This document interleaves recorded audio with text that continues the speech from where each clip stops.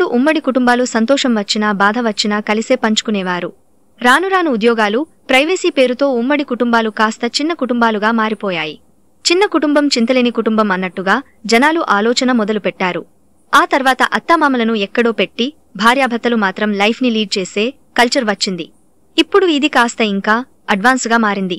అది ఏంటంటే DINK life style. DINK life style అంటే డబుల్ ఇన్కమ్, నో కిడ్స్. సంపాదన ఎక్కువే ఉండాలి, కానీ పిల్లలు మాత్రం వద్దు అనే సంస్కృతి భారతదేశంలో కొన్ని రోజులుగా మొదలైంది. జంటలు తమ ప్రైవసీ కోసం ఇలాంటి పద్ధతిని పాటిస్తున్నారు. పిల్లలను కనకుండా దంపతులు బాగా డబ్బులు సంపాదిస్తారు. అంటే ఇద్దరికీ సంపాదన ఉంటుంది. తర్వాత వాటితో లైఫ్ని ఎంజాయ్ చేస్తారు, నచ్చిన ప్రదేశానికి వెళ్తారు, నచ్చిన తిండి తింటారు. అంటే ఇక వారి జీవితానికి వారే రాజు రాణి అనమాట. నిజానికి ఈ కాన్సెప్ట్ ఇతర దేశాల్లో 1980లలోనే మొదలైంది. కానీ ఇటీవల ఇండియాలో కూడా ఫాలో అవుతున్నారు. దానికి తగ్గట్టుగానే జననాల రేటు తగ్గిపోతుందని పలు నివేదికలు చెబుతున్నాయి. ఈ ట్రెండ్ సోషల్ మీడియా ప్లాట్ఫారంల ద్వారా జనాదరణ పొందుతోంది. తెలిసి తెలియక అటువంటి జీవనశైలి గొప్పగా ఉందని చెప్పడం ద్వారా జంటలు డింక్ ఆలోచనల వైపు వెళ్తున్నారు. భారతదేశంతో సహా ప్రపంచవ్యాప్తంగా డింక్ జీవనశైలి జనాదరణ పొందుతోంది. ఇది సమీప భవిష్యత్తులో ప్రమాదకరం కూడా కావచ్చని నిపుణులు చెబుతున్నారు. భారతదేశంలో చాలా ఏళ్ల కిందట ఉమ్మడి కుటుంబ వ్యవస్థ ఉండేది. గత 4-5 దశాబ్దాల వరకు దానికి కట్టుబడి ఉండేవారు. కానీ ఈ సాంప్రదాయ ఉమ్మడి కుటుంబ వ్యవస్థ కొన్ని దశాబ్దాలుగా దెబ్బతింది. ఎందుకంటే విద్యావంతులైన చాలా మంది యువ జంటలు ఉమ్మడి కుటుంబానికి దూరమై కొత్త ఉద్యోగాల వెతుకులాటలో ఎక్కువ ఆదాయం సంపాదించి లగ్జరీ లైఫ్ అనుభవించేందుకు అలవాటు పడ్డారు. డింక్ జీవనశైలి పాశ్చాత్య దేశాలలో మాత్రమే కాకుండా భారత్ వంటి దేశంలోనూ యువ జంటలను చాలా వేగంగా ఆకర్షిస్తోంది.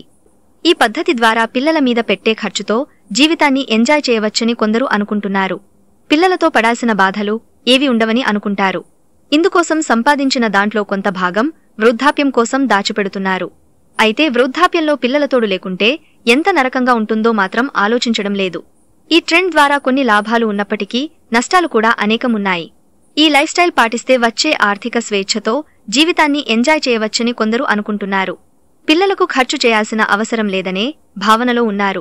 రెట్టింపు ఆదాయాన్ని సంపాదించి ఎలాంటి ఆర్థిక పరిమితులు లేకుండా తమకు నచ్చిన జీవితాన్ని ఆస్వాదించవచ్చని భావిస్తున్నారు.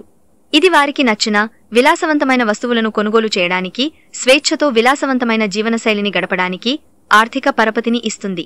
ఈ లైఫ్ స్టైల్ పాటిస్తే పిల్లలను పెంచడంపై వారికి ఎటువంటి భారం ఉండదు.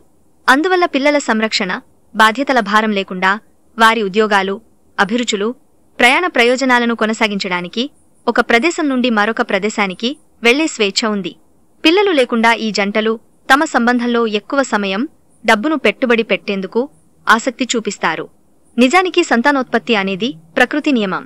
మానవులకు, భూమిపై ఉన్న ఇతర జీవులకు విశ్వవ్యాప్తంగా ఈ రూల్ వర్తిస్తుంది. సంతానోత్పత్తి లేకుండా ఏ సమాజమూ దీర్ఘకాలంలో మనుగడ సాగించదు. భారతదేశంలో పిల్లలు కుటుంబ వ్యవస్థలో ముఖ్యమైన భాగం. పిల్లల ఉనికిని కలిగి ఉండటం తల్లిదండ్రులకు మాత్రమే కాదు, అమ్మమ్మలు, తాతయ్యలు, బంధువులకు కూడా సంతోషాన్ని కలిగిస్తుంది. రాను రాను డింక్ లైఫ్ స్టైల్ భారతదేశంలో ఎలా ఉంటుందో చూడాలి.